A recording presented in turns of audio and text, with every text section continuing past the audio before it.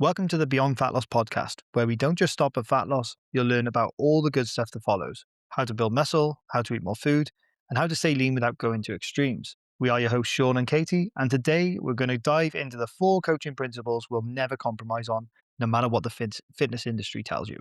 Unless evidence proves otherwise, of course, but as it stands, that isn't the case.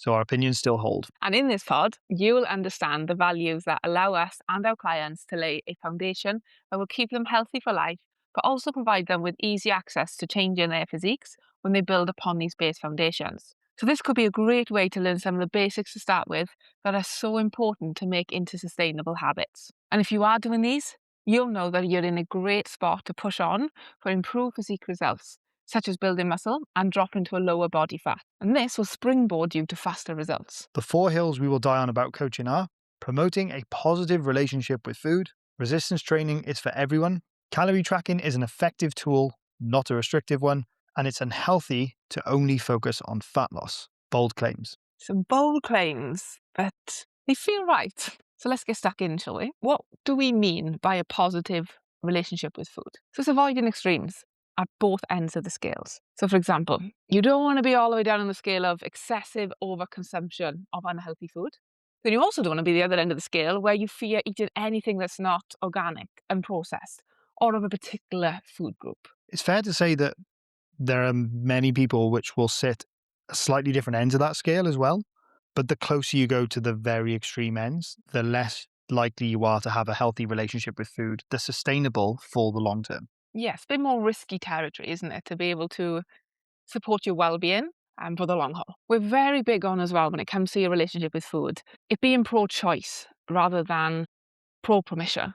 How would we describe this? What would we mean by this? My interpretation of when I hear pro-choice or pro-permission is almost like you're waiting for somebody else to tell you that eating that food is good, and any other foods that are deemed to be bad, you shouldn't be eating them. So you're essentially having your decisions with food determined by somebody else, putting a label or virtue signaling that particular food or food group. Whereas pro-choice is understanding that in different circumstances and for different purposes, that food may serve a place or it may not. It's being able to decide for yourself what role this particular food or choice makes to you, makes to your circumstances, and where it fits into your diet.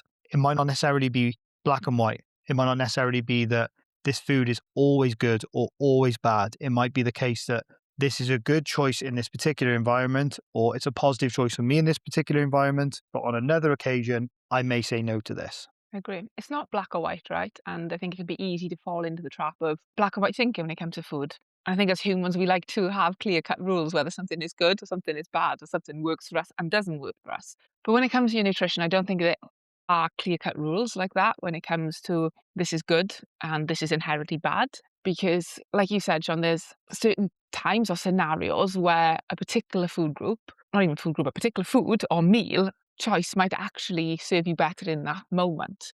The first thing that springs to mind could be on your birthday, for example, right? You're having a birthday cake, for example. Can you deem birthday cake to be a bad choice for your health or a bad food that's going to inherently make you unhealthy? No, you can't. But some people will say that that's junk food. It's potentially ultra-processed, very processed, which may claim it as bad. But the reality is it's not inherently bad for your health. And in the scenario of if you were eating that every day for your breakfast and really holding yourself back from having maybe other nutritious sources, then potentially that could be bad for your health, right? But then when it's your birthday or your family's birthday or your loved one's birthday and you want to enjoy a piece of cake in that moment for that celebration, then how can that ever really be seen as bad? What's more empowering? Is it being able to decide what's right for you in that moment and whether or not that food is going to get you the outcome you want in that moment, or waiting to be told, yes, you can eat that, or no, you can't?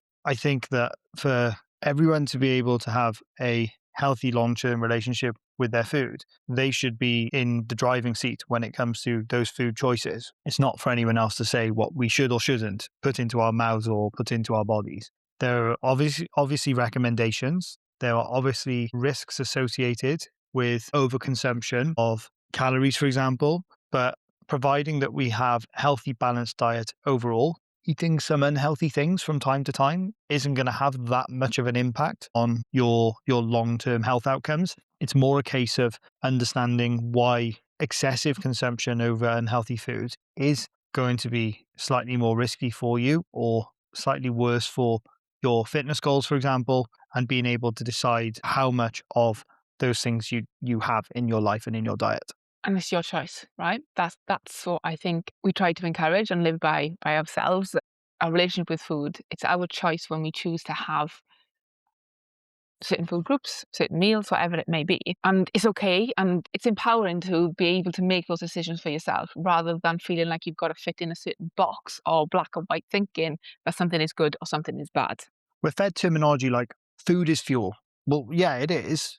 If you break it down to the fact that all food contains calories, and calories are the nutrient by which we define our energy regulation, our metabolism, we need those calories. They are the energy source for the body. But is food solely fuel? Because we also know that we can get a lot of pleasure from food. Our brains and pleasure signaling are active when we eat certain foods. Our guts respond to certain foods. And it's understanding that giving these arbitrary labels of it just being one or the other can sometimes lead us down some narrow-minded pathways. And when we experience a different response from the foods that we eat, we don't really know what to do with it. We don't really know how to feel about it. If you're feeding yourself the rhetoric your whole life where food is fuel, food is fuel, food is fuel, and then you experience some pleasure eating a food which you shouldn't be eating, it's almost like taboo. It's almost like something which you shouldn't be experiencing, and that can lead to then feelings of guilt and disappointment with yourself, and feeling like you're unusual or abnormal where when you're not. It's something that most people would experience. It's something that's quite natural. You've built this identity around not having that food for that particular purpose. And I think that can be quite destructive for some individuals to have that as a mindset. There is time and space for the foods that you enjoy that are pleasurable in your diet, but it's about having a balance overall to understand that the majority of your food is likely going to be used for fuel. And if you chase pleasure foods too much and you don't focus on the fueling element enough, then you can also dig yourself into a bit of a hole where you're not consuming enough nutrients that your body needs, things like protein, things like fiber, things like micronutrients. And you'll also quickly find that the pleasure food doesn't provide you with the same appreciation and enjoyment that it once did. So it becomes a case of, oh, I have to eat even more and more and more and more of it to get the pleasure response that I'm looking for, by which stage you've then consumed hundreds, if not thousands of calories extra than you would like to consume, which then leads to negative body composition trends, which then leads to you feeling unhappy about how you look and how you feel. If you're chasing food pleasure all the time, and then that's leading to some body image issues, for example, due to overconsumption of calories and fat stores, then to try and take away from that, you might end up comfort eating, but your pleasure signaling is really high now. The threshold for you feeling like you've enjoyed that food is now really high. That's quite a vicious cycle to find yourself in. It brings us back to those extremes, right? You've taken it then to the extreme end of the scale, which, like you said, can turn into a bit of a vicious cycle. And protecting and looking after your relationship with food, sorry, whether that is because perhaps you're more of a person that sees food solely as fuel, or if you see food solely as pleasure, being on either end of those extremes can result in you not having such a positive relationship with food, and finding a balance with that is really important. And it's not just if you're on either end of those scales, really, that means that potentially your relationship with food is negatively impacted.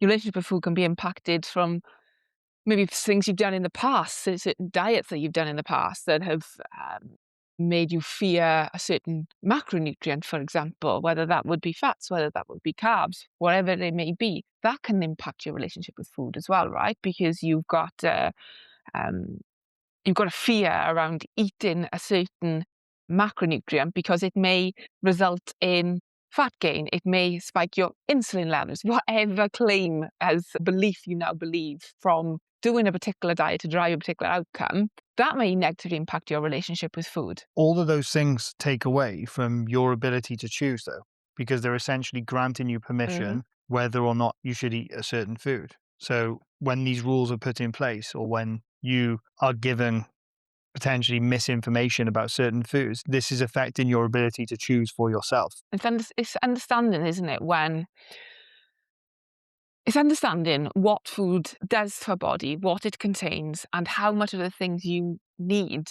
depending on what stage of life you're in or what particular goal you're working towards. And I think if you can understand that, then you've got a better chance of having a more positive relationship with food and looking after your relationship with food, because your choices then are driven on education. They're driven by understanding why you were choosing to not have something in that particular occasion. If I give an example here, if an individual is trying to lose body fat and they cut out carbohydrates, or they choose to cut out carbohydrates, right? Because that could be a valid method to lose body fat, because essentially you're reducing your calorie intake. So you're in a calorie deficit and losing body fat. A person understanding that they're removing carbohydrates for that purpose is very different to not understanding why carbohydrates are being removed and why that drove fat loss. So the understanding of why you're choosing to follow that particular method. As opposed to somebody that goes, but carbs are making me fat. Yes. The difference is that it's not because carbs are making you fat that you're removing them from your diet for this purpose. It's because the carbohydrates are the food source that you're frequently consuming a lot of calories with. And by reducing the amount of carbs in your diet, you're able to control your calorie intake a bit better, which enables you to lose body fat a little bit easier in a calorie deficit. The choice is made based on the awareness of what the primary reason for this food contributing to fat gain is, rather than it being a permissive choice because some no carb zealot somewhere has told them that it's your insulin levels which cause you to gain body fat and that all carbs are bad and you should cut out all carbs in your diet. Yes, they're very different scenarios, right? And one is going to look after your relationship with food, even better your relationship with food, and the other is going to hinder it. Yeah, because one leaves you with the impression that carbs are bad and that's it. So what happens then when you want to try and reintroduce carbs to your diet, but you've got this kind of devil on your shoulder telling you that carbs are bad? That's not gonna help you with your relationship with food in the long run. It's not going to make you feel empowered to go, okay, I'm out of my fat loss journey now. I'm going to reintroduce carbohydrates because I actually need more calories to sustain myself moving forward. Informed decisions are being made increasingly difficult with fitness though, because we have too much information that's difficult to decipher the truths from. It's harder to recognize where we are being fed evidence based, correct information and where we're being fed false information. So it is difficult to make these more informed decisions, but it's also our responsibility, as in not as coaches, as in individuals, to source the best educators that we can find, the most credible sources of information that we can find with track records and that are heavily reviewed by their peers for what they post online, and make sure we're consuming the right information or at least being informed by the right educators. Slight tangent, but I think that's something which we all have the responsibility to do now, especially in the day and age where information is in abundance all the time. It is. It's everywhere, right? And that's a good thing at times because you can expose yourself to some really helpful information that can really benefit you. But then on the other side of that, you're also exposing yourself to false claims, people's biases, and that's where you could be putting yourself in some risky territory. Your relationship with food, that is just not something that gets turned off one day from the next, right? That's with you for the rest of your life. So it should never really be taken lightly. I think it's something that is a real important part to your well-being. Let's talk about some of the methods we use in our coaching because we've had clients that have gone on aggressive diet protocols and lost, what, 10 to 15 pounds in the space of about 3 weeks. Yeah. Yeah, around that. We have had members that have lost a total of 40 to 50 pounds in total over a number of months. We've had members that have lost 20 to 30 pounds and then maintained a similar level of body fat for around 6 months or more. So we've had quite a lot of experience with body transformation and dropping a lot of fat and then sustaining a relationship with food. We both had this individually as well with our own journeys. So let's give some examples of how we managed to maintain a positive relationship with food despite aiming for quite large and significant body composition changes. I think this is a really important point. I think it's important to note here, because you mentioned a few different results there, right? And the reason why there's a few different results, different time frames, and different amounts lost is because every individual's journey is slightly different, and what protocol they follow is slightly different. But the food choices within these protocols and how we support our clients doesn't really change with each of the methods in terms of how we structure that from the beginning, right? So it's a case of, to start off with, you want to remove a lot of the stress and thinking away from an individual when they start on the journey, because there's already a million decisions to make. When you start a journey, you don't know it all about nutrition. I'm not even going to claim I know it all about nutrition now, right? But when you first start, even knowing what foods are best for your protein intake, that can be overwhelming alone, never mind putting a whole meal or day worth of food together. So removing a lot of that stress and giving some examples of how to structure a meal, a well-balanced meal, how to structure a day to make sure that you are getting the nutritional balance that you need. That is a really important part at the start of a client's journey. And that is something that I believe we do quite well. We do pretty well. So like it's not the case of just giving somebody a diet plan and saying, here's your diet plan for 8 to 12 weeks.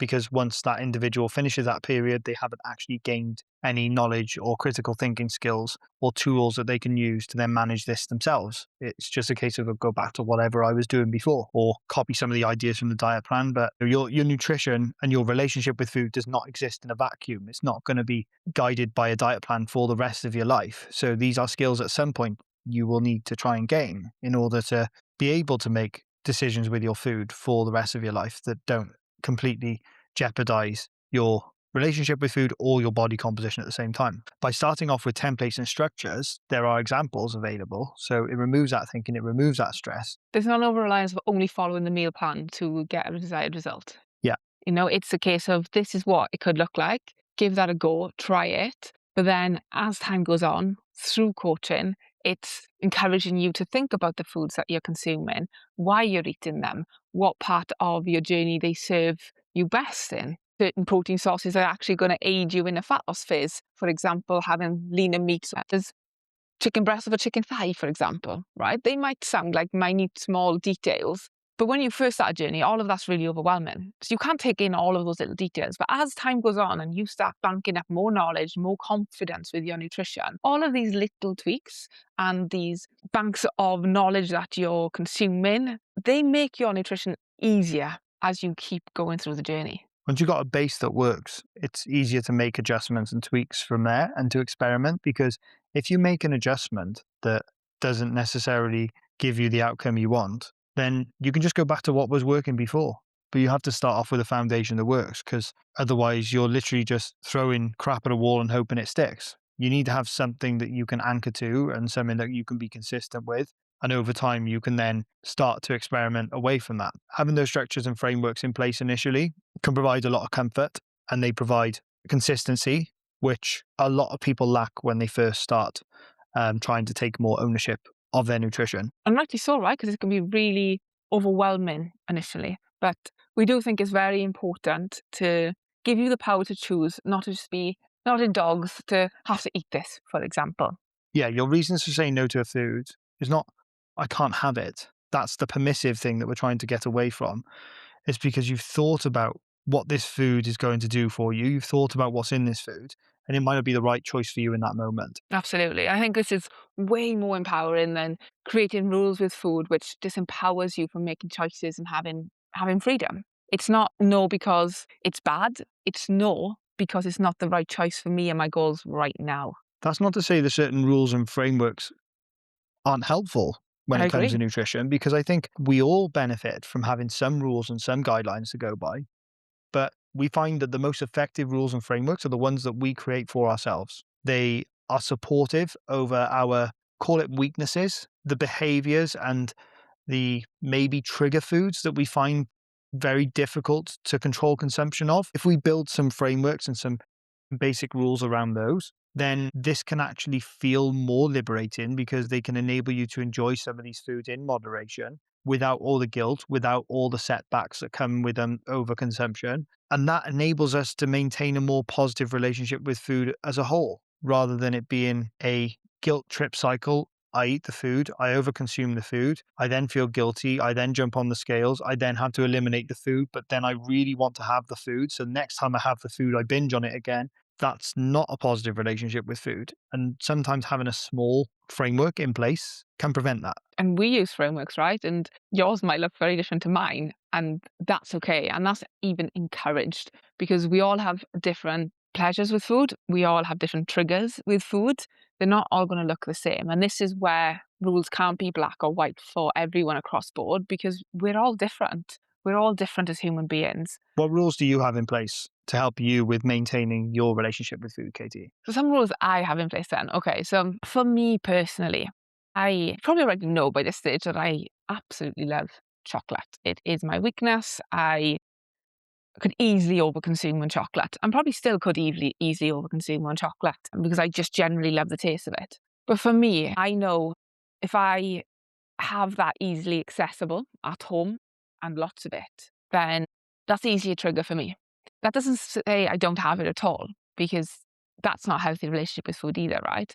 But for me, it's a case of I won't have more than a chocolate bar a day, for example, right? That is my rule. And that's not saying I'll eat it every day, but my rule is I won't have more than one chocolate bar a day. Because for me, I know I can easily overconsume on that very, very quickly. How do you make sure that you only eat one chocolate bar a day? Does that start when you go to the supermarket, for example? Absolutely. So I won't overbuy. I won't have a cupboard full of chocolate bars because to me, that's just too tempting. They're just there and I just know I can go pick one up whenever I want. So I don't want to put myself into a place where I could easily have an emotional day or an emotional response to something that will make me want to turn to a quick pleasure food, for example. If it's not there, I can't do that. So most of the time, I won't keep loads of chocolate accessible in the house. If I want some, if I fancy some, then I'm going to go get some. I'm going to So have it. you make an intentional decision to go and purchase that food. Yes, and it's the other rule that I have for myself is to not, if I feel emotional or if I'm upset or I'm frustrated by something, then my hard fast rule in that moment is to not have chocolate because I know that that can easily turn into 2, 3, 4 bars. There will be times I'll have chocolate in the house, right? So I can't say there's never here, but I don't have, loads and loads of it. But there is going to be chocolate here sometimes when perhaps I feel like I want to eat it because I've had a shitty day or I feel crappy or you pissed me off. Never. That never happens. No wonder you don't eat chocolate then. That's funny. Yeah, look at your little halo coming out. But I know in those moments for me, it's a case of just don't even let your mind go there because you just need to have some space from this emotional response to what you decide to do to manage that. That's actually it's really self-aware to be able to do that because chocolate is often used as one of the pleasure response foods to give you a bit of a pick me up, make you feel a bit better. As you said, it's short term, but it's often used as that. But that that's quite impressive awareness to be able to say, I'm gonna avoid eating it in those occasions because I know that it's a risk for me to do that and decide to eat it a better frame of mind in a state where you know that emotionally you're not feeling as drawn to that food naturally and you can maybe experience the pleasure of it with less complex emotions going on in the background. So really valuable takeaway. It doesn't happen overnight either, though, guys. So let's just put that, guess, disclaimer out there. Don't feel like if you haven't got that self awareness right now, or feel like that's something out of reach for yourself, that didn't happen overnight for me. No, it's through making mistakes in the past and being open to correcting them that have allowed you to reach that state of awareness. Because I think we all know when we reach for something that we perhaps shouldn't have reached for, not because it's wrong or because it's bad or because it's naughty, but because of how it makes us feel afterwards and the impact that it has on our ability to manage that situation. And through those experiences, we can either learn from them or keep repeating them. And unfortunately, we're going to experience the same negative outcomes if we do keep repeating them. I think our members use some other frameworks which I find quite useful. For example, they just have one. So it'd be like, I'm just having one or just having two. So they'll set themselves a number. One of the members the other day was talking about how they said they're just going to allow themselves to have 2 chocolates a day in work because it's always chocolate around. They're working in the NHS. So patients, families consistently bringing in chocolates, the team bringing chocolates, kind of like a moral support thing. In they're constantly within arm's reach. They're always accessible. So they just said, look, rather than try and have the willpower to fight against this every single day, which is probably going to frustrate me and stress me out even more, I'm just going to track 2 chocolates a day. I'm going to have those 2 chocolates. I'm going to enjoy those 2 chocolates. And then I'm going to say that's enough. And then you build up a bit of a habit and routine of just saying like two is enough. And you get used to two being enough. You don't feel like you want more. You're still having access to them. And that doesn't happen overnight either. You've got to play about with these rules sometimes to find the rules that work for you. Another rule that some members use is pastries, for example. They might love pastries, but they'll only have one or two a week, never in the same day, because that's much easier to just slot in around other nutrition. Because the more times you have foods that are quite calorie dense, high in fats and high in sugar, the easier it is to naturally overconsume your foods, right? Because you don't get the same satiety response from them. So you're just putting yourself at risk by having more of them in one sitting, in one day, because you're not going to necessarily lower down the calories elsewhere in that day because you're not full, you're still going to be hungry. So it's understanding that alone can be empowering enough to go, okay, yeah, I am going to have a pastries or two pastries part of my diet in this week because I enjoy them, but I'm not going to have them on the same day and I'm going to spread them out. So I'm going to really bloody enjoy them when I'm having them, but I'm just not going to allow myself to get in a position where they could be overconsumed easily. Definitely.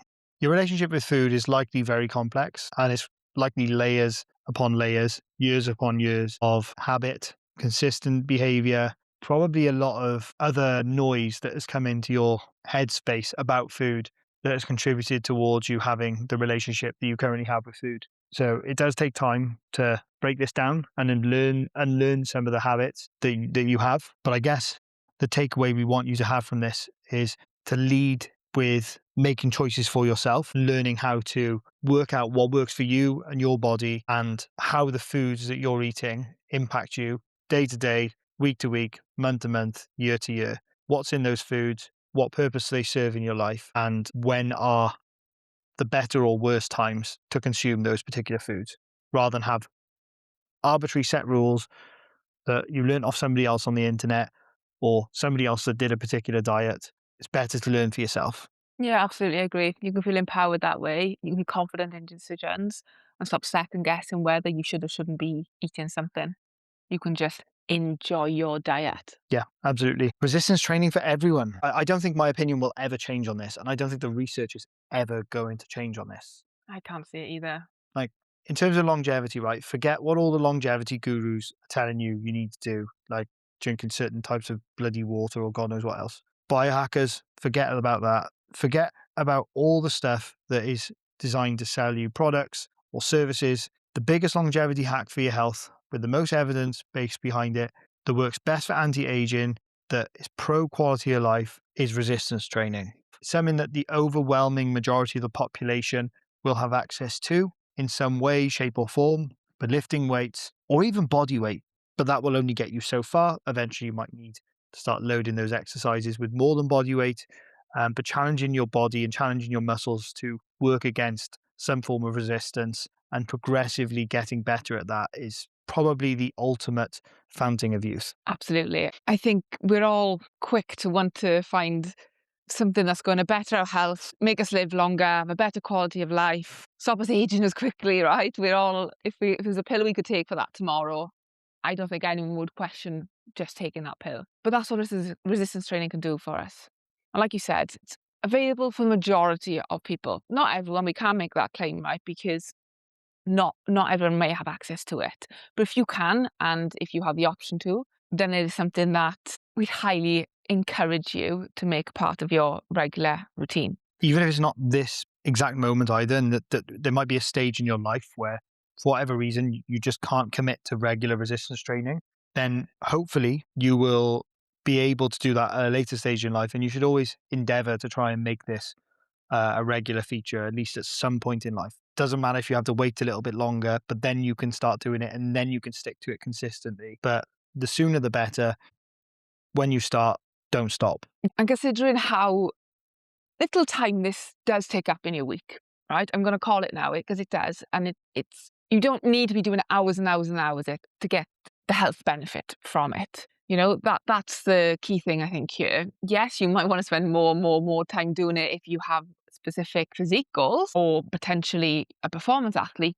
then yes, it will take more time than that. But for your health, it doesn't take a whole lot of time every week. And saying you don't have time for this or you don't like it is such a bad mindset to have. You need to be thinking, how can I make time for 2 times 30-minute sessions per week? How can I make this habit more enjoyable? Or at least make it less unenjoyable, right? So that you can commit to doing this regularly. The returns you get back from it are just so, so important for your health that even if you don't particularly enjoy it, I'm sure you can suffer through 30-minute sessions a week, 2 30-minute sessions, at most 45 minutes twice a week. There are probably things that you've done in your life for much longer than this. Work, for one, Plus, you for probably a lot wash of the people. dishes more than You sit 2 minute in sessions a traffic. week. You probably sit in traffic commuting for longer than this every week. And you have to do it. You're forced to do it. You get a choice to train. You get a choice to go to the gym and get access to all these amazing benefits. And not just amazing benefits, these preventative benefits, like being able to prevent things like osteoporosis, being able to prevent sarcopenia, so bone degeneration, muscle degeneration. These things aren't just going to take away from your life for a short period. They could potentially take years and years and years off your life. Years of quality. These could lead to you being in pain for years, immobility issues, risk of falling. They're heavily related to all-cause mortality. So if you don't have more muscle, you are literally more likely to die than somebody with more muscle. There are metabolic relations to this. You can avoid all these really nasty things, which a lot of people that don't train are going to experience naturally through aging, because we can't stop that process, but we can choose to participate in an activity which can really mitigate against that natural process that we can't stop. So can't encourage it enough. I can understand if somebody happened to stumble across our Instagram page and see how many times a week we train, how many times a week our clients train, what we're doing, and they're not really driven by physique transformation. They're not really driven by physique results. I understand that that might look slightly intimidating, but you don't need to do what we're doing. We're doing this by choice. We're doing this because we've got goals that necessitate that we need to be there that many times a week to achieve the results we want. If you're just doing this for the health benefits, if you're just doing this to stop yourself from being more likely to die as you get older or die earlier in life, then 2 to 3 sessions per week probably going to be enough. Yeah, it's not just for athletes or bodybuilders, resistance training. And like we said, if you can make that part of your routine, whether it's now or sometime soon in the future, I would highly recommend it. But let's chat about those individuals that do want to change their physique or better their physique. Because a lot of people will start training for aesthetic purposes because they want to look better. And perhaps sometimes they're made to feel bad about wanting to change how they look, even though I'd probably argue most people want to look better, right? You want to feel confident in yourself. But regardless of that, the motivation to want to chase some aesthetic goals, during that process, they are investing in one of the best things they can spend their time doing for their health as well. So they tick in 2 boxes there, right? Big tick for the health marker and big tick for their aesthetic goals as well. 100%. And if you do want significant physique changes, John, it's made much easier when training is already a regular habit for you, isn't it? But if it's not, and those are your goals, then acknowledge that is a crucial part of the process. And it may be worth considering seeking guidance to get you started on this. It can be quite overwhelming thinking about what to do in the gym, knowing what to lift, how much to lift, how many reps do I lift, how often do I change my program, what split do I do? And they come to my mind in seconds, right? And I can only imagine if you're new to training or if you've been training for a little while, where do you go from there to achieve your physique goals? We've had a lot of members that start off their fitness journeys by doing things like classes or group personal training. And it's a great way for them to get involved in it. It's a great way for them to start achieving some physical progress and seeing some strength improvements and some muscle growth. But after a while, these classes and group PT sessions aren't targeting their muscles as directly, or they're not targeting their muscles with enough intensity for them to continue their muscle growth. There could also be other factors relating to this, like they're not fueling properly because the emphasis isn't on the diet outside of gym. They're just going in for these sessions. So they're training and they feel like they want to push their physique further, but the methods that they're currently following are not going to serve them for that. And that's where a lot of our members have found us in the past, where they've left that space behind. But as Katie said, it's understanding that if your goals are physique transformation and you do want to build more muscle and you do want to change your shape, then regular resistance training, as in targeted, focused resistance training, is a crucial part of that process. And there is help available to you to make that switch if this is something that you're not confident with doing on your own. It's also important to note that there may be periods in your life where you can't train much more than just a handful of times per week. Even if you've been used to that in the past, there could be lifestyle changes that require you to knock back your training a little bit. You might not be able to push as much as what you want, push the results as far as you'd like them to go, or you just simply can't train as much as you're used to. But knowing that you're able to pull back a little bit on this and still receive loads of benefits is a nice safety net for you to have mentally. You're still going to be able to improve with less work, albeit it will be a little bit slower. But at the same time, you're still getting access to all the longevity health benefits when you're training a little bit less. And as we've alluded to, it's easier to ramp things up when you already have a foundation in place of training regularly. It's easier to step up to pushing a little bit harder for a physique goal for a short period than if you're not doing this at all. So establishing that base foundation should be a priority for everyone. 100%. And let's be real here, right? Age doesn't matter. Gender doesn't matter. Physical status to start with doesn't really matter.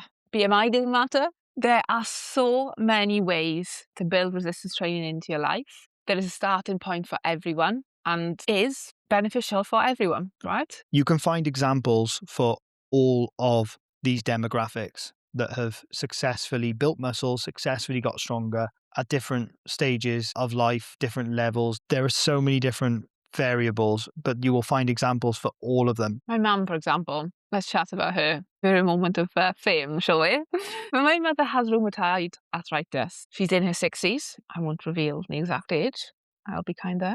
Oh, yeah, because it's all right. I'm sure she's not going to worry at all that you mentioned she's in her 60s because you conveniently left off the number on the end. I think she'd be smiling now anyway. We shall see. But no, all jokes aside, my mother has rheumatoid arthritis. And for anyone who knows what that condition is, it can be really debilitating. Not that she ever moans about it, may I add. She would never tell you how much pain she's in. She always tells me she's fine. But it does come with a lot of pain. It comes with a lot of discomfort.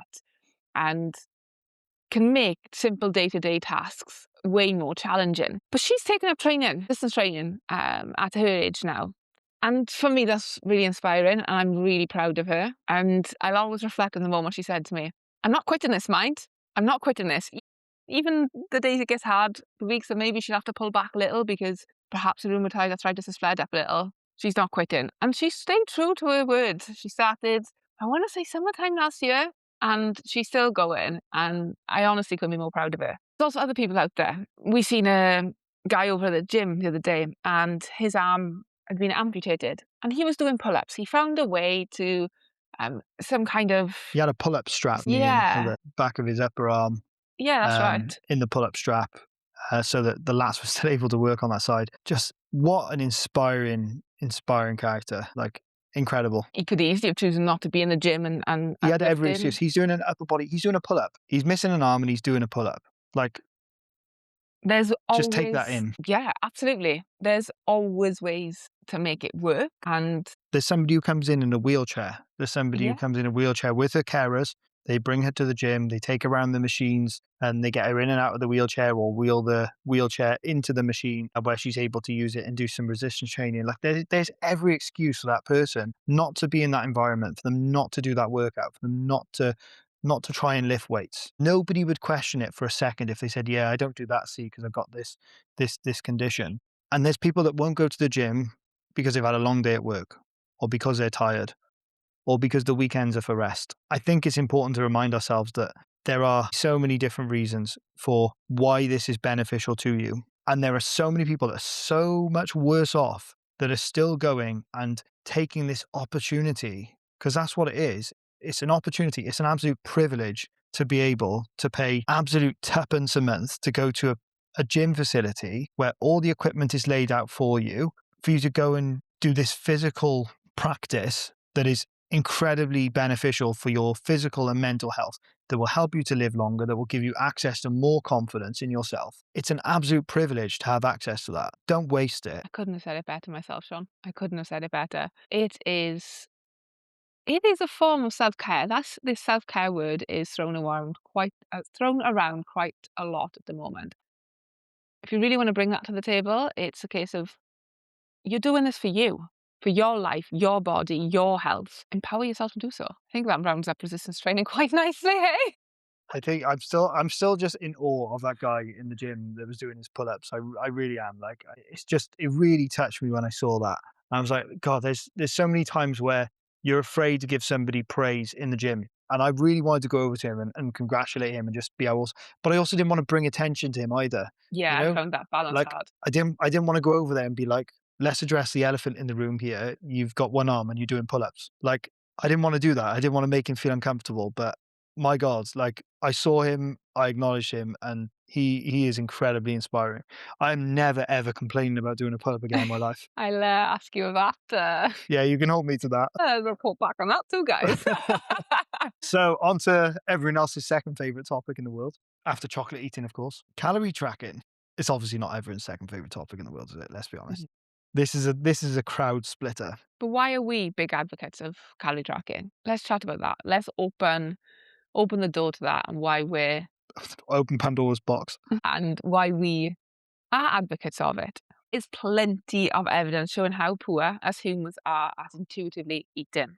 We're terrible at estimating how many calories are in foods. We're terrible at estimating portion sizes. And we are shown to overconsume hyperpalatable foods without realizing how many calories are in them. And that's me included, and that's Sean included. That is us as humans. We can easily overconsume foods. We quite often think we've eaten less than we actually have.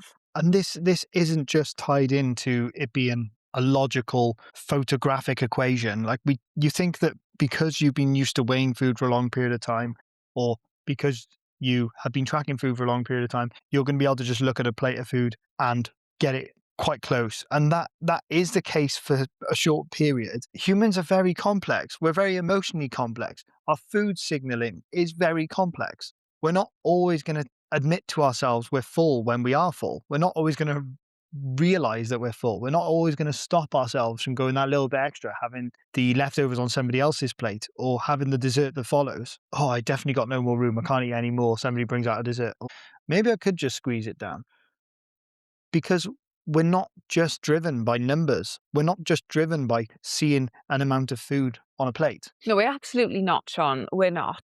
No, I think we're expecting too much of ourselves, if I'm honest. If we think we can really fully understand nutrition, fully understand portion sizes, without actually having a tool that allows us to visually see that, to visually monitor it, to monitor it, to track it, how can we do that? If we were trying to save money to buy a home, buy a car, whatever it would be, we wouldn't just guesstimate what we're saving. We would know the figures. We would know how much we need to put away every month, etc. Right?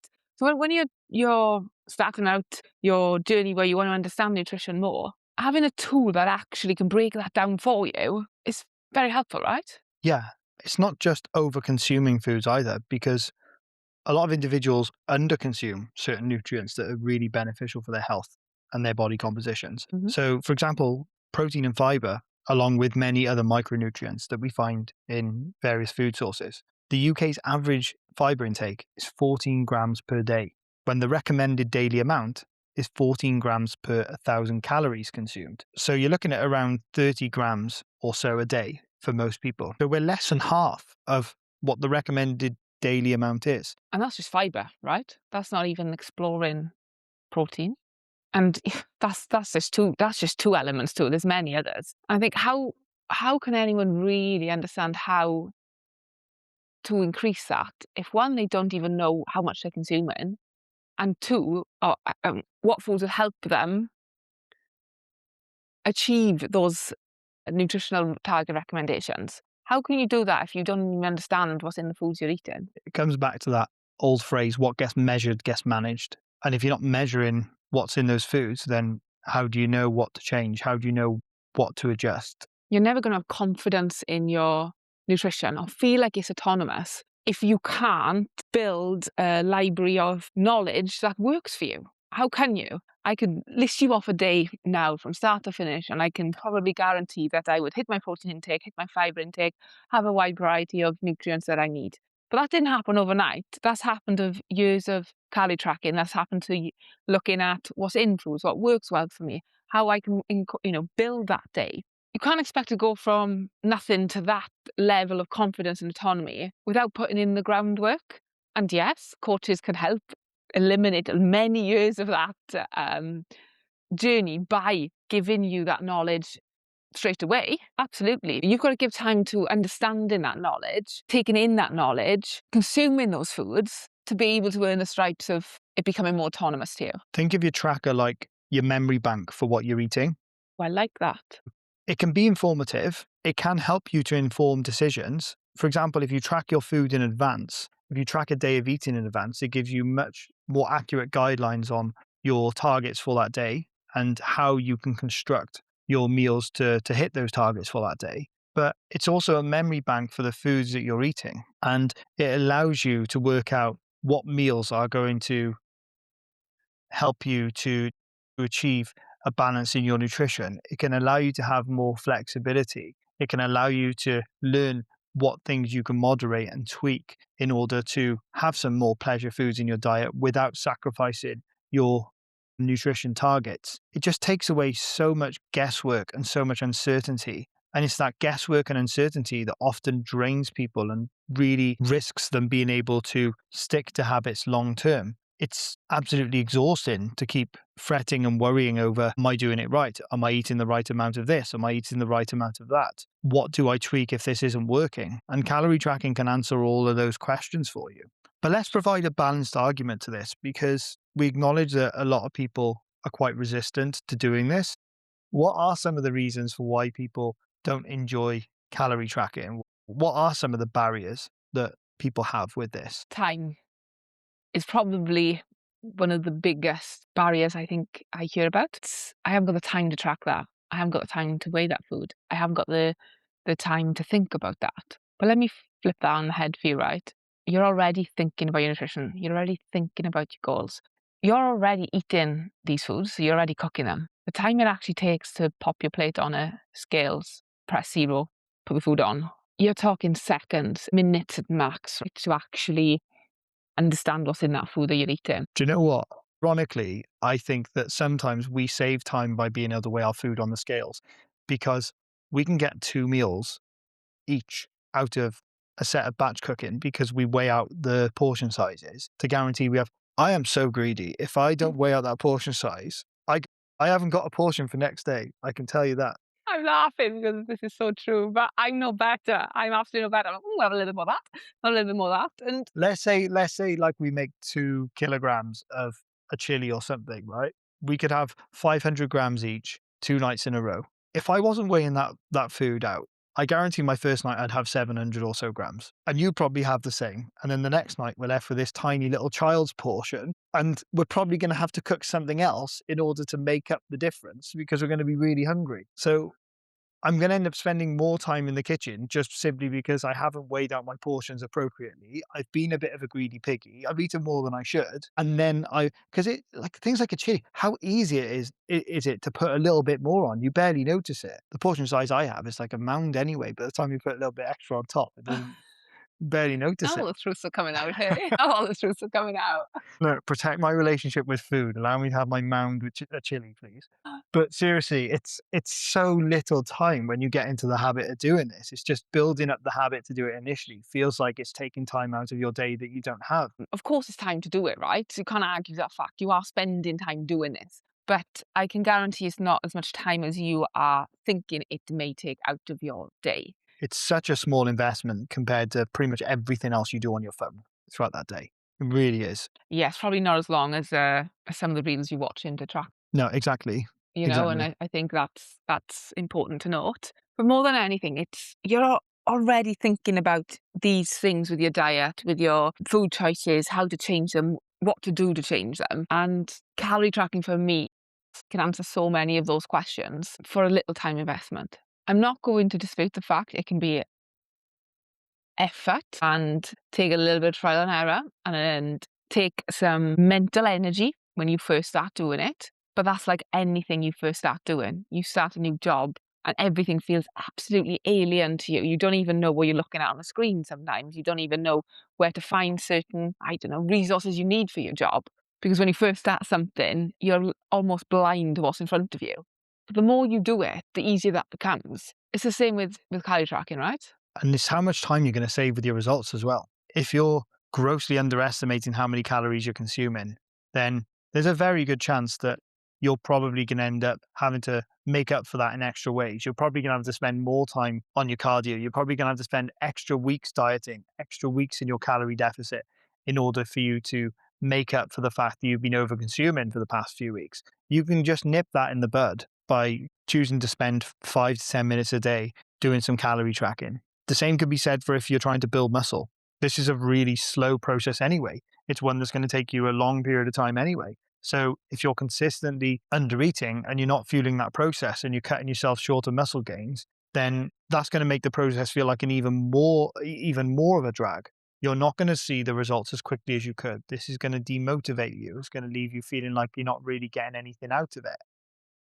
But calorie tracking will give you the level of accuracy and the confidence to know that you are fueling your body well enough, and you're not going to have to spend all those extra hours going on YouTube working out what exercise you need to change, working out what training split you need to change to, not spending loads of extra hours in the gym doing more sets, trying to work out how to do different machines every 5 seconds because you're second guessing yourself. That could all be solved if you were eating more calories more consistently and you had the appropriate training in place in the first place.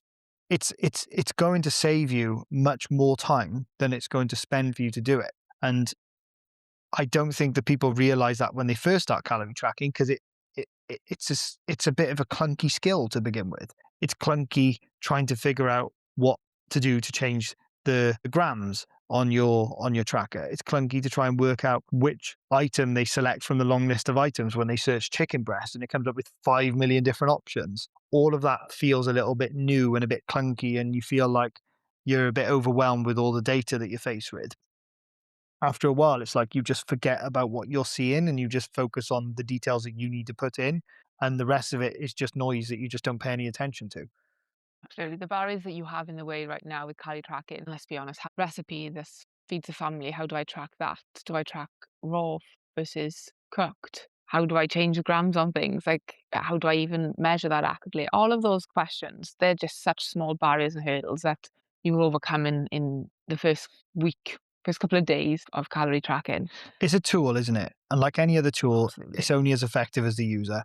And from my experience of blaming many tools when they don't do their job, even though I'm the one using the tools, it's never the tool's fault. Or it's very rarely the tool's fault. It's usually the user's fault. So if you're having a really hard time calorie tracking, it's probably due to how you're using your calorie tracker. It's essentially just a calculator at the end of the day. What you're putting into it is why it's not working for you, most likely, or how you're using it. That's why all the calculators, when you're doing your maths tests in school, have one simple button for you to do that really long complex equation. You remember those? Like, what was it? Sin, tan, cos? Oh, yeah, I remember Yeah. those. Have you ever seen those written out on paper? Yeah, insane. Like, we are so lucky that we don't still have to do that in maths tests because there would have been a point in time where before calculators were invented, people actually had to write those things out.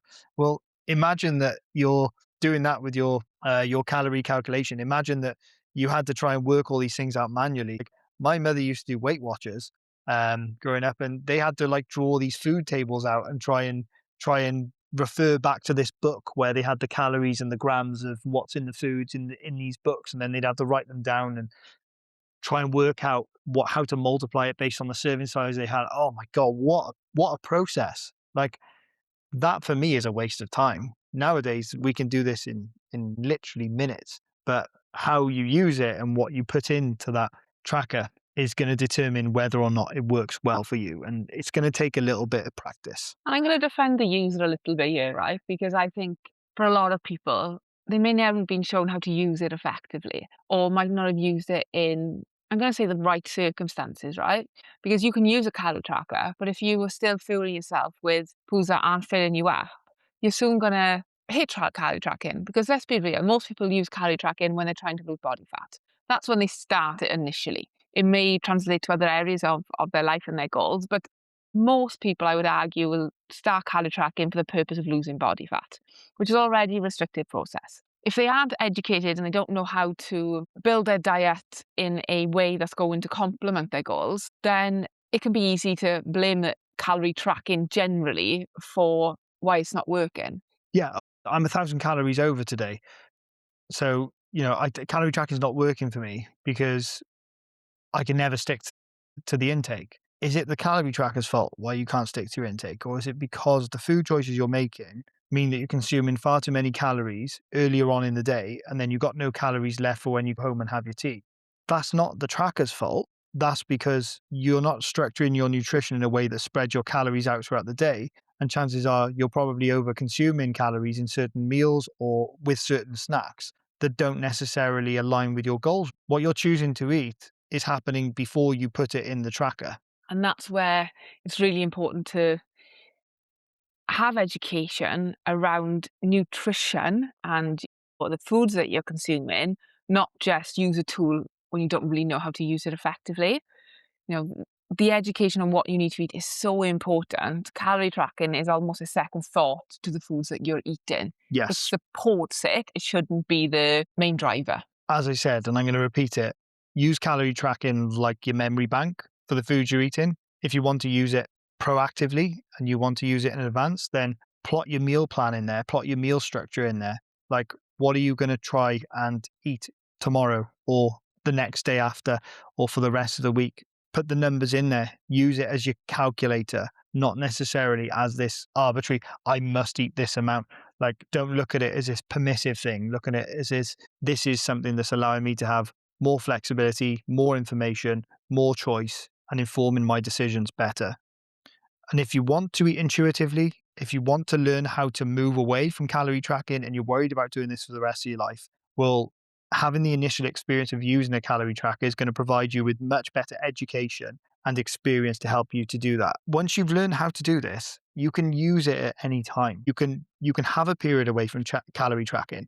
We encourage some of our members to try this on occasions and see how they get on. If it doesn't work for them, because most people aren't very good at eyeballing portion sizes, even with experience. If it doesn't work for you, then you can always go back to calorie tracking. If you end up over consuming or you end up feeling like you're constantly thinking about, am I eating the right amount? Am I eating the right amount of protein, the right amount of fiber? Are my calories too high on this particular day? Then you might want to go back to calorie tracking. You can also use it for a bit of recalibration.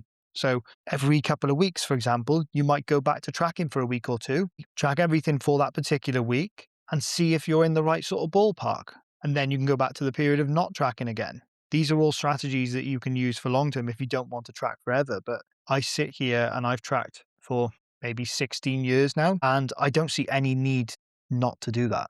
I just feel like I've just got full control over my nutrition and full awareness about what I'm doing. I could probably do reasonably well now with at this stage and with this level of experience.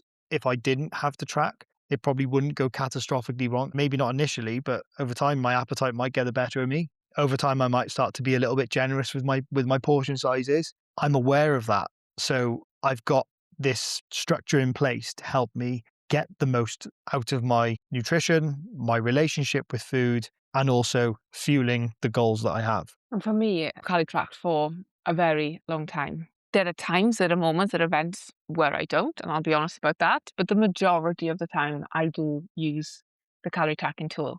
And why do I do that? I do that because I feel more confident knowing that I'm getting the nutrition that I need. I feel like I have more control and I like the accountability that it provides. If I reflect back on the times in my life where I used to get a bit annoyed, a bit peed off with a calorie tracker, it would be when my habits weren't really aligning to healthy living or when aligning to the goals that I really wanted to achieve.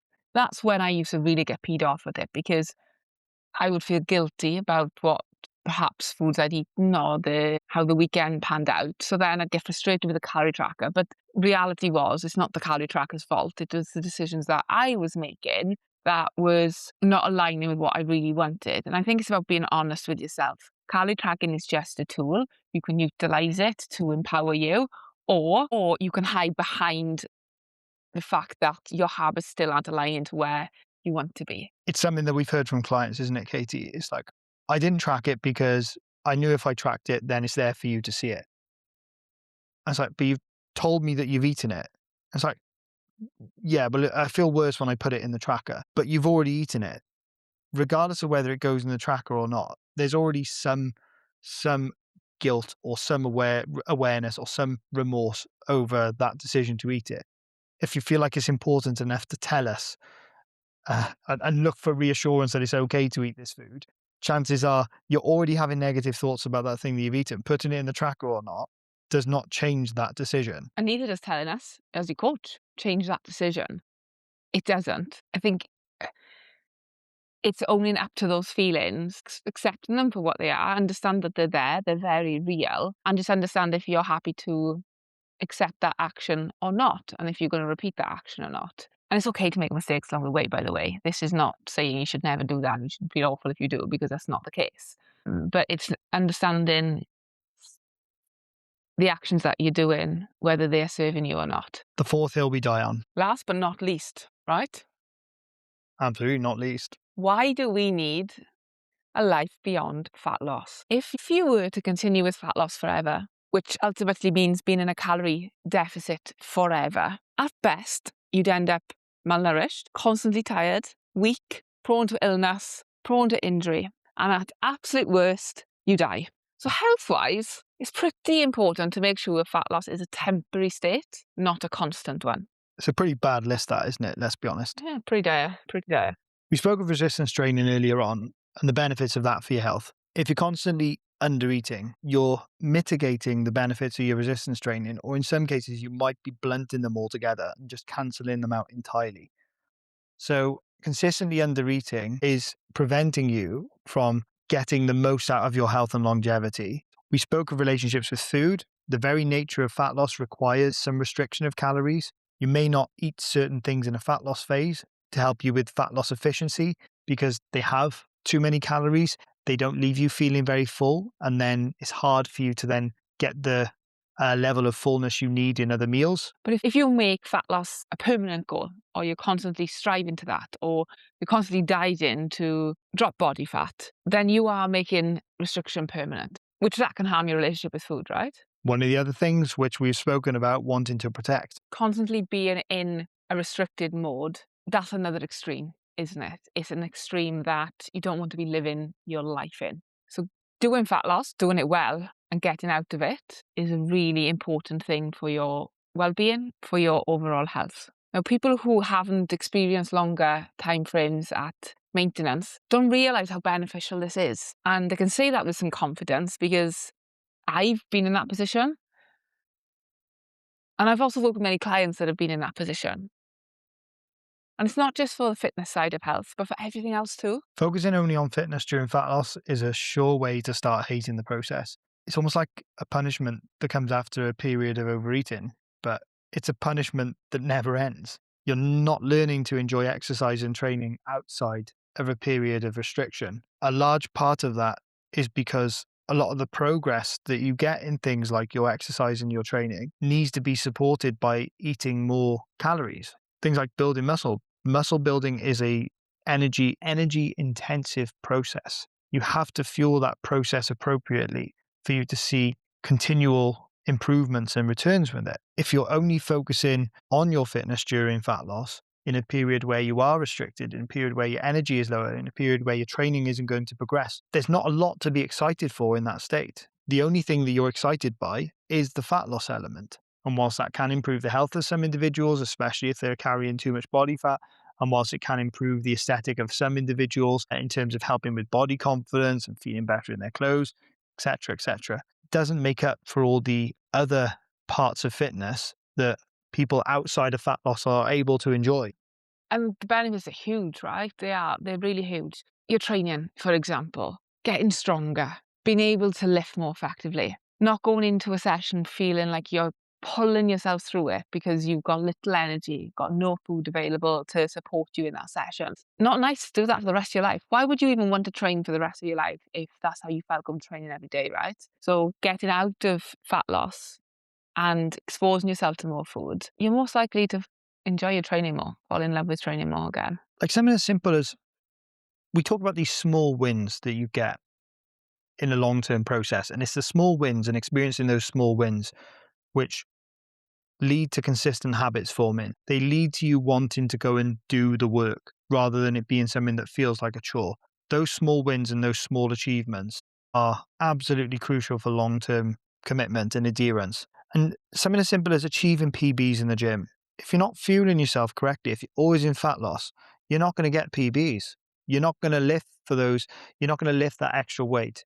You're not going to have a lifetime personal best. You're not going to be able to add those extra reps. Like every week, we get notes and feedback on our clients' programs in the gym where they're celebrating something as small as adding one more rep.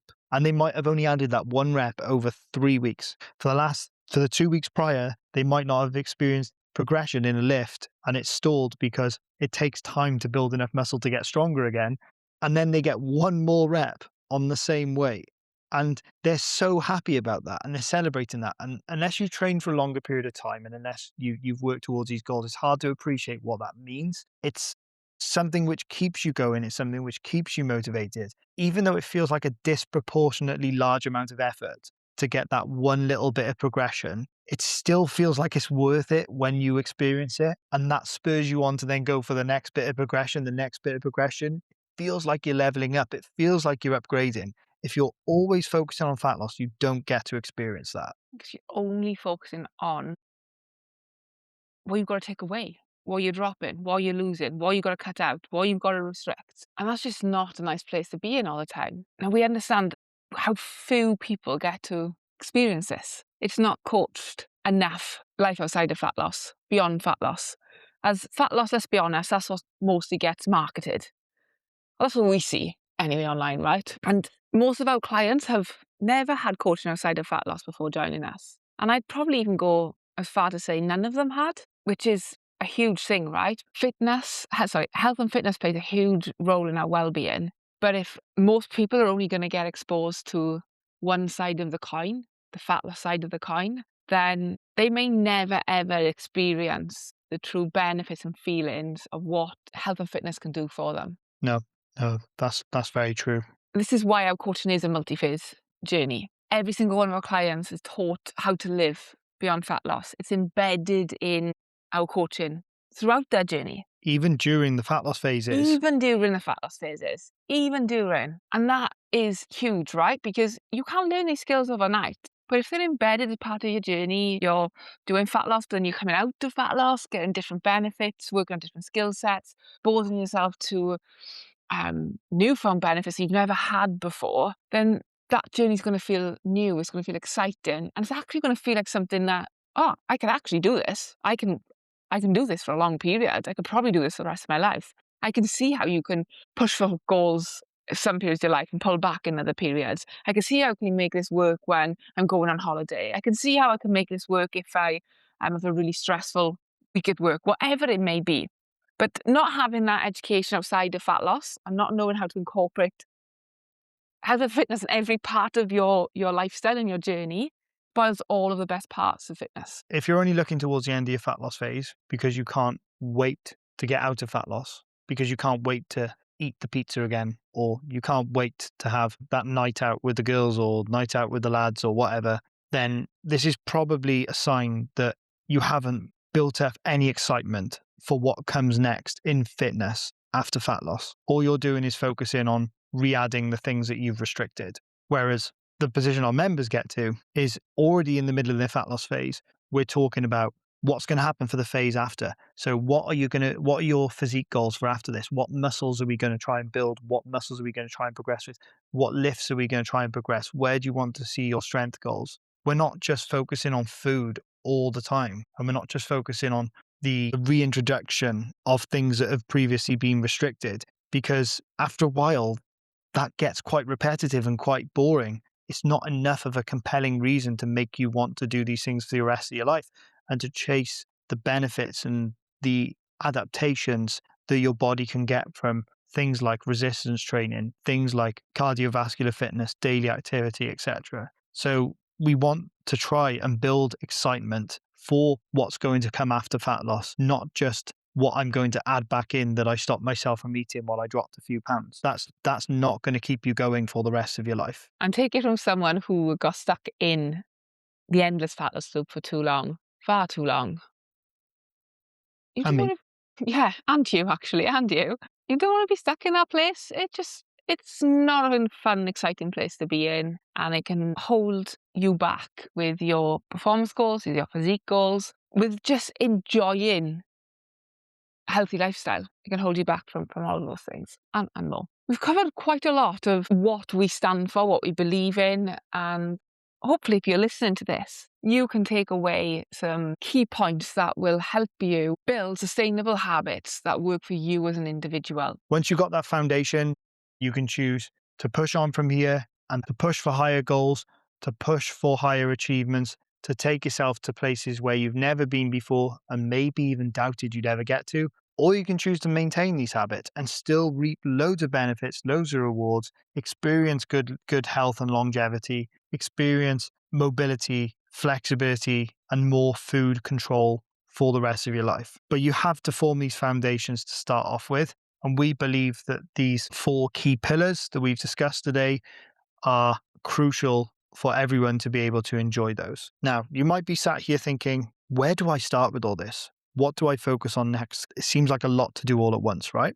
So if you want to know where to start, whether it's losing fat or building muscle, we've got a resource that can help you with this. So check out the quiz in the description. Where you'll be able to understand whether you should focus on losing fat first or building muscle. It's a question that gets asked time and time again, and whether you can even do it at the same time. So head over to the description, click the link, pop your email in, and have that quiz sent straight to your inbox. And then tune back in next week, where we discuss 5 traps to avoid falling into with fitness. And before you go, don't forget to follow or subscribe so you don't miss another episode.